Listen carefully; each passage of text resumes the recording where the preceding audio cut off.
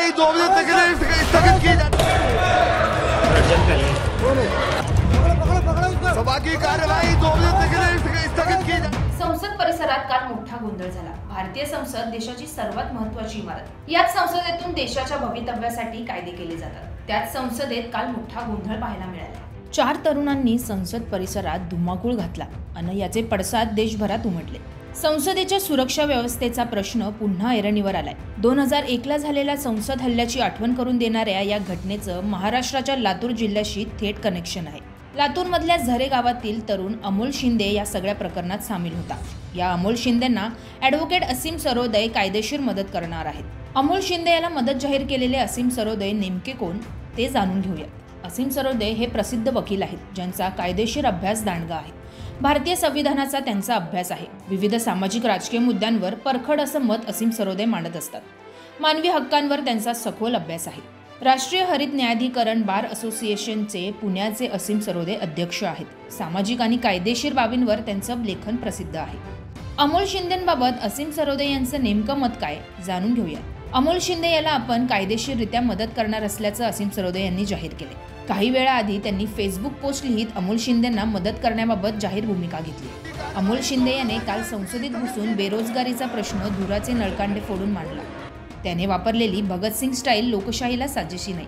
पण मग संसदेतील लोकही असे कोणते काम करतायत ज्यातून अनेक लोकांना रोजगार मिळेल, महागाई कमी होईल, असं असीम सरोदे यांनी आपल्या पोस्टमध्ये म्हटलंय। TV9शी बोलताना असीम सरोदे नेमकं काय म्हणालेत पहा। तुमच्या माध्यमातून कायदेशीर मदतीची भूमिका घेतली आहे, याचं कारण काय? मला असं वाटते की अमोल शिंदे आणि त्याचे जे सहकारी आहेत, त्यांचा उद्देश हा गुन्हेगारी स्वरूपाचा नव्हता। त्यांना बेरोजगारीचा आणि गरिबीचा प्रश्न प्राधान्यक्रमाने सरकारने विचारात घ्यावा असं म्हणायचं आहे। अर्थातच त्यांचं जे आंदोलन आहे ते समर्थनीय नाही। त्यांनी ज्या पद्धतीने आंदोलन केलं ते संसदेच्या सभागृहात घुसले आणि त्यांनी धुराचे नळकांडे तिथे फोडले, तर ही आंदोलनाची पद्धत जी आहे ती कायद्यात बसत नाही हे नक्की आहे।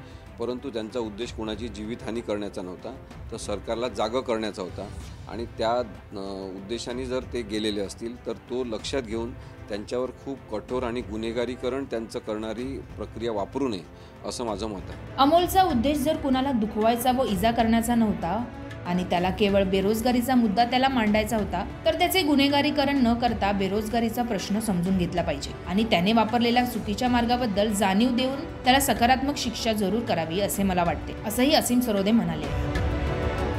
आयशा सय्यद सह श्रुती गोसावी, TV9 मराठी।